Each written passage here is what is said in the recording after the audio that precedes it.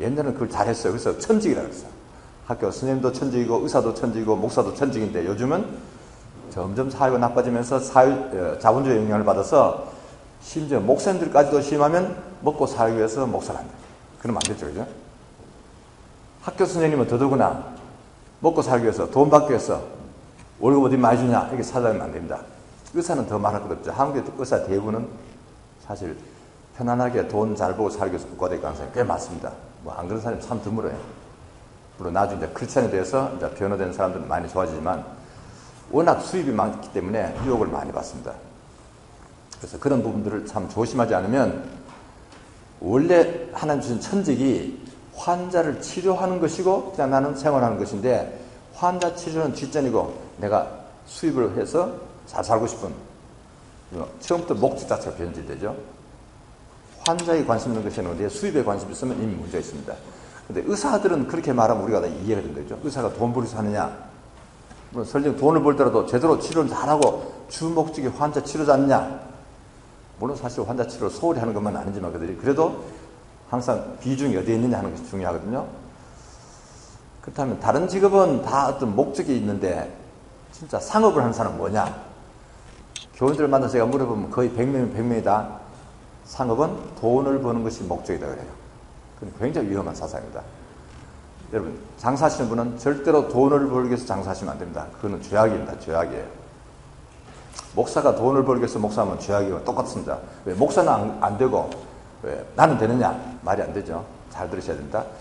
모든 사업을 하시는 장사하시는 분들은 손님을 섬기는 직업입니다. 내가 쌀 장사를 하면 쌀을 사서 주민들에게 잘 전달해주고 공급해주는 심부름하는 사람입니다. 그럼 내가 심부름값 받는 거예요. 좋은 옷을 좋은 옷은 값이 뭐 비싸든 싸든 적절한 옷을 사서 잘 공급해주고 내가 스스로 심부름값 받는 거예요.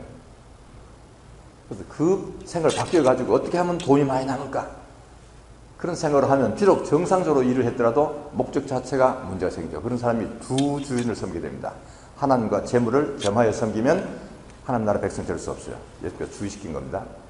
하나님과 재물을 두루 섬기면 안 돼요. 하나님만 섬기고 하나님 사랑하고 이웃을 사랑하기 때문에 내가 좋은 옷을 만들거나 사서 팔고 이렇게 하셨죠. 만드는 사람부터 파는 사람까지 다 마찬가지입니다. 그래서 늘 이익에 관심을 주시면 안 돼요. 그냥 잘 섬기시고 적절하게 내가 신분을 받아야지 이익을 폭리를 남기려고 하시면 안 됩니다. 그래서 물건이 좀 많이 나가고 이렇게 되면 잘 되면 사실 값을 다운시켜야 돼요. 원래 제가 출판사를 하는데 어떤 책은 잘 나가고 어떤 책은 잘 안 나갑니다. 제 책이 특별히 제가 성경 묵상에 대한 책은 비교적 잘 나가는데 물론 이제 성서에서 다 하고 있지만 제가 성서에 총을 했을 때 그 책이 잘 나가기 때문에 재판, 3판, 4판, 5판 넘어가면 책값을 낮춰요. 제가 조금 낮춰도 수입이 생기니까 잘 안 나가면 수입이 적지만 그래서 이익이 많이 생기면 값을 낮춰주는 것이 정상이거든요. 이익을 많이 남겨서 구제를 하지 말고 아예 그 손님들에게 구제를 미리 해버려야죠. 물가를 낮춰가지고, 그죠? 왜 뺏어가지고 이 사람 주느냐, 그죠? 왜 의사가 이 사람한테, 환자 그렇게도 힘든데 돈을 많이 받아가지고 교회 헌금하고 생생했냐, 그죠? 그럼 하나님께서 좋아하시지 않죠? 아니, 왜 그 사람인데 힘든데 많이 받아가지고 나한테 가져오느냐? 그렇게 하지 말아요. 그것도 도적질 하는 것입니다, 사실. 그래서 장사하시는 분들은 항상 서비스를 서비스니까 식당 하시더라도 손님에게 맛있는 음식을 잘 대주라고 나는 신분과 받는 것이고 장난치시면 안 되죠. 그죠? 물건에 상품에 장난치지 않도록 하셔야 되고 폭리를 남기도 안 됩니다. 그럼 어디까지가 폭리냐? 그건 각자 양심을 맡겨야 되죠. 그죠? 제가 책을 출판하는데 얼마를 책값 받아야 되냐? 제 양심에 따라 해야 되죠. 책도 만들 때 장난치거든요. 내용은 별거 없는데 또 번드르하게 책을 만들고 표지를 일부러 하드커버를 하고 종이 조금 비싼 종이 하고 괜히 여백도 좀 남기고 그림 여기 몇 장 넣고 해가지고 값을 올리고 팔면 사는 사람 모르지만 사실 폭리를 남기는 겁니다. 그렇다고 뭐 자잘한 글자를 넣으려 그럼 또 불편하죠. 독자를 편하게 해주되 어떻게 하면 내 양심껏 적정한 가격을 매기느냐. 되게 제가 서점들 다녀보면 기독교 서점들도 내용은 별거 없는데 제목을 멋있게 표현해가지고 읽고 나면 아무것도 없는데 별로 값은 두툼하게 해가지고 받아가지고 좋은 책 만들어가지고 돈 남긴 사람들이 있거든요. 그건 비양심적이죠. 또 내용이 별거 없는데 제목부터도 책을 만들고 또 순전히 먹고 살기 위해서 책 만드는 것이고, 이 책이 과연 필요한 책이냐 잘 생각해야 되거든요. 서점에 가서 제가 보면 기독교 서점에 있는 책 중에 거의 80%는 버려야 될 책입니다. 사실 그런 책이 나와가지고 좋은 책이 펴놓을 자리가 없어요. 안 좋은 책이 잘 팔리면서 다 자리를 깔고 앉았고, 우리 같은 사람 책 내면 꽂아놓을 자리도 없어 창고에 집어넣어놓고는 이메일로 주문받아서 보고해요. 그러니까 나쁜 책이 판을 다 치는 거죠. 그죠? 또 그런 사람들이 책을 다 뒷거리 해가지고 요새 다 깔아놓고, 뭐 힘없는 사람 책은 뭐 아무도 꺼내놓지 않고 이렇게 되고, 사실 읽어서 안 될 책이 너무 많이 나오는데 그런 책이 더 인기가 있습니다. 그래서 양심적으로 좋은 책을 만들지 않으면 그건 나쁜 짓이죠. 그죠? 나쁜 책을 주고 돈을 받아서 헌금하면 안 된다. 나쁜 음식, 나쁜 옷, 나쁜 집, 나쁜 물건 하면 안 되기 때문에 항상 양심적으로 신실하게 하는 것이 참 중요합니다. 그래서 이 수입부터 깨끗하게 하지 않으면, 그럼 뒤에 뭐 쓰는 건 뭐 좋은 데 쓰든 말든 중요하지 않죠. 더 중요한 것은 수입을 정상적으로 하셔야 됩니다. 근데 이건 항상 자본주의 시대 시험이 들거든요. 그래서 상당히 신실하게 잘 하셔야 됩니다. 뭐 제가 매일 성경을 손 뗀 지 오래됐지만 매일 성경에 대해서도 가끔 제가 컴퓨터예요.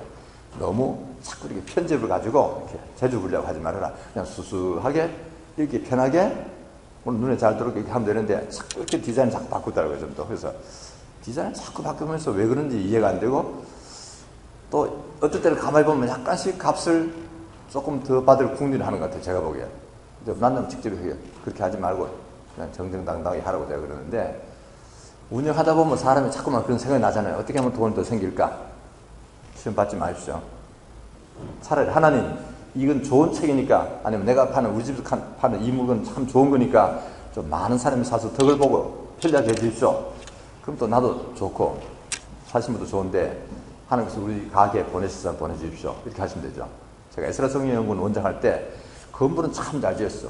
건물은 너무 잘 지어가 제가 좀 부끄러울 정도였는데, 물론 제가 짓지 않고 다른 분이 다 지어주셨는데, 그분의 이론은 건물을 제대로 지어야 오래 가지, 엉성하게 지으면 오래 못 가니까 돈을 많이 투자해서 좋게 지어야만 오래 간다고 그러시더라고요. 그래서 집이 아주 잘 지어져 있는데, 일단 학생이 딱 오면 건물이 좋으니까 기분이 좋죠. 공부해도 좋고, 아, 학교가 이렇게 엉성하지 않고 튼튼한 학교 같다. 학교 자체가 참 잘 지었으니까 하드웨어가 좋으니까 소프트웨어도 좋을 것처럼 생겨서 기분이 좋잖아요. 근데 실제로 안에서 가르치는 내용이 엉성하면 그건 안 되잖아요. 건물이 중요한 것이 아니고 교육이 중요하거든요. 근데 에스라는 이제 건물도 좋고 내용도 충실하게 애를 썼죠. 근데 이 상품이 팔리느냐? 신학대학원 다 가난한 사람들 열심히 힘들어 공부해가지고 졸업한 목사들 보고 다시 와서 돈 내고 1년간 공부해라. 누가 오겠어요, 그죠?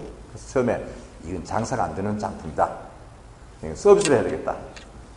그래서 이제 집을 짓고 일하자고 하는 분들이 모였을 때 그 돈을 대시는 집사님에게 이거 운영하면 돈이 절대로 수지가 안 맞는데 어떻게 할 겁니까? 자기가 헌금하겠다. 제가 얼마 내겠습니까? 자기가 얼마 내겠다. 그래서 그럼 되었습니다. 그래서 제가 시작했거든요. 근데 상품이 좋아가지고 빨리 자리에 잡혔어요. 물론 아무도 헌금을 계속 넣어야 되지만 학교 정산도 운영하면 수지 타선은 안 되도록 되어 있습니다. 법이. 그래서 이렇게 돈을 집어넣기는 해야 되지만 그래도 학생 어느 정도 와야 되지. 안 그러면 엉성하고 괜히 한 보람도 없고 돈은 많이 들어가야 되잖아요. 근데 이 학교가 상품이 어떻게 선전되느냐. 한 1년, 2년 지나니까 소문이 나요. 이 학교는 좋은 학교다. 거기 가면 성경 잘 배운다. 거기 가면 너무너무 좋은 데다. 하고 졸업생들가 소문을 자꾸 내는 거예요. 그래서 지금 소문이 벌써 많이 났습니다.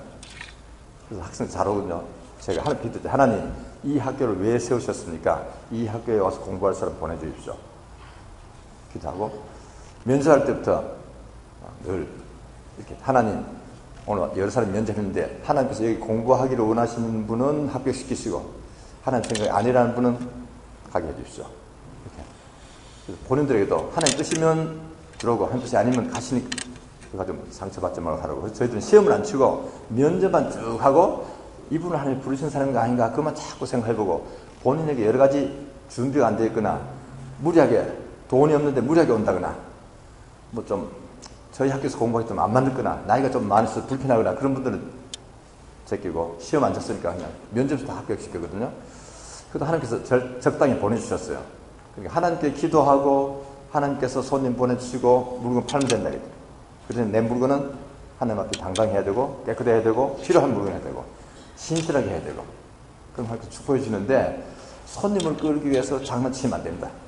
믿음이 없는 거죠. 믿음 있는 사람은 하나님 믿고 잘 하셔야 돼요. 근데 다른 하나는 같은 업종이 막 몰려있으면 경쟁이 심하죠. 특히 남미에 가면 전부 어쩌고 사니까 한국 사람이 딱 붙어가지고 한국 사람끼리 계속 경쟁합니다. 그래서 경쟁 많은 직업은 피하는 것이 좋아요. 너도 나도 하니까, 미국에 가니까 세탁소 잘 되니까 너도 나도 와서 채니까 요즘 세탁소 힘든다 그러는데, 경쟁을 해서 서로가 피해보지 않도록 경쟁이 심한 직업을 피하시고, 경쟁이 안 된 지역이나 경쟁이 안 되는 상품을 하면 좋은데, 그래도 이민사회에서는 워낙 제한적이니까, 제가 그렇게 간단하게 설명드릴 수는 없지만, 그래도 원리적으로 좀 이해하셔서 절대로 경쟁적으로 하지 않으셔야 됩니다. 없는 것 해야지, 있는데 떠들어가서 경쟁하는 것은 성경에서 금지하는 부분이에요. 서로 시기하고 투기하고 투쟁하면 안 된다고 되어 있어요, 성경에. 이 직업이 경쟁하지 않고 서로 돕고 이렇게 하면 좋잖아요. 때로는 2개, 3개 있는 가게가 합해서 합작해서 하나를 하면 참 좋을 것 같아요. 조금 더 크게. 근데 한국 사람은 같이 못하죠, 그죠? 한국 사람 못하더라도 한국 교인은 해줘. 크리스찬은 할 수 있어요. 크리스찬이 합작을 못한다면 문제가 있습니다. 제가 늘 가르쳐도 조금처럼 잘하지 않는데 가끔 제 강의도 하신 분이 있어요. 의사들 보고 제가 왜 의사는 혼자 병을 하느냐? 개인 병을 혼자 하지 말고 2명, 3명 같이 해라.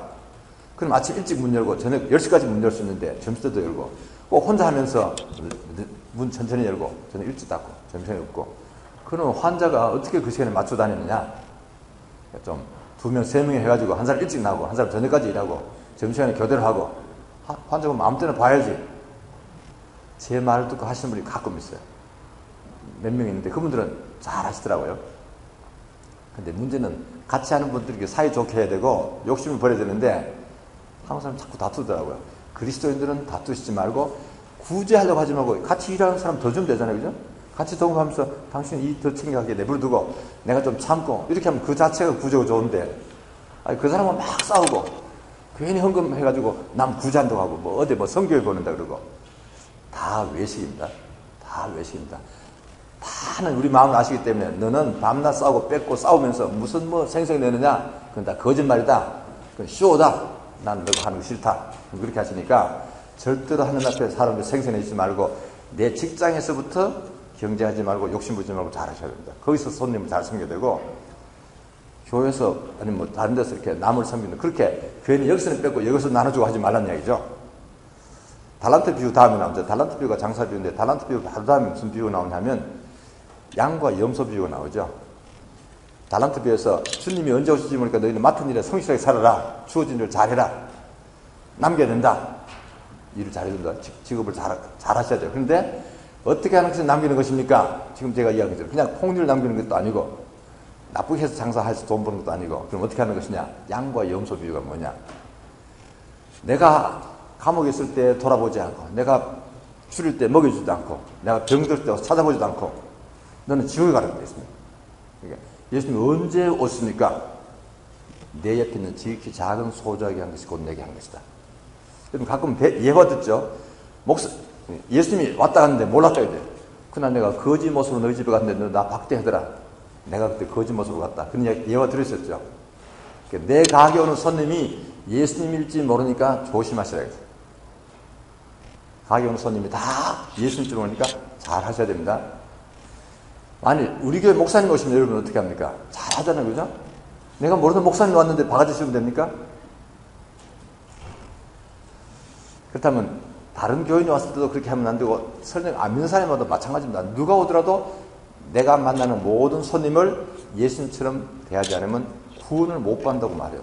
지극히 작은 소자에게 내게 하듯이 하지 않는 사람은 지옥에 가라고 생각해요. 그 양과 염소도에 지옥에 가거라. 나를 잘 돌보고 지극히 작은 소자 하나에게 내게 하듯이 하는 사람은 천국에 가거라. 이렇게 되기 때문에 이게 구원 공경입니다. 우리가 구원론이 꼭 예수님도 다 된다 이렇게 배우시는데 성경은 예수님은 전혀 다르게 설명했어요. 그리고 그 부자는 지옥에 가고 거지 나서는 천국에 가고 왜? 이렇게 말해요. 너는 살았을 때 잘 먹고 잘 살았지 않냐? 너는 지옥에 가라 이렇게 해요. 예수 믿고 아니고 아무 말 하자고 예수님이 그렇게 사는 것 자체를 아예 지옥에 가라 그랬거든요. 그래서 이 세상에서 내가 장사를 할 때 잘못하면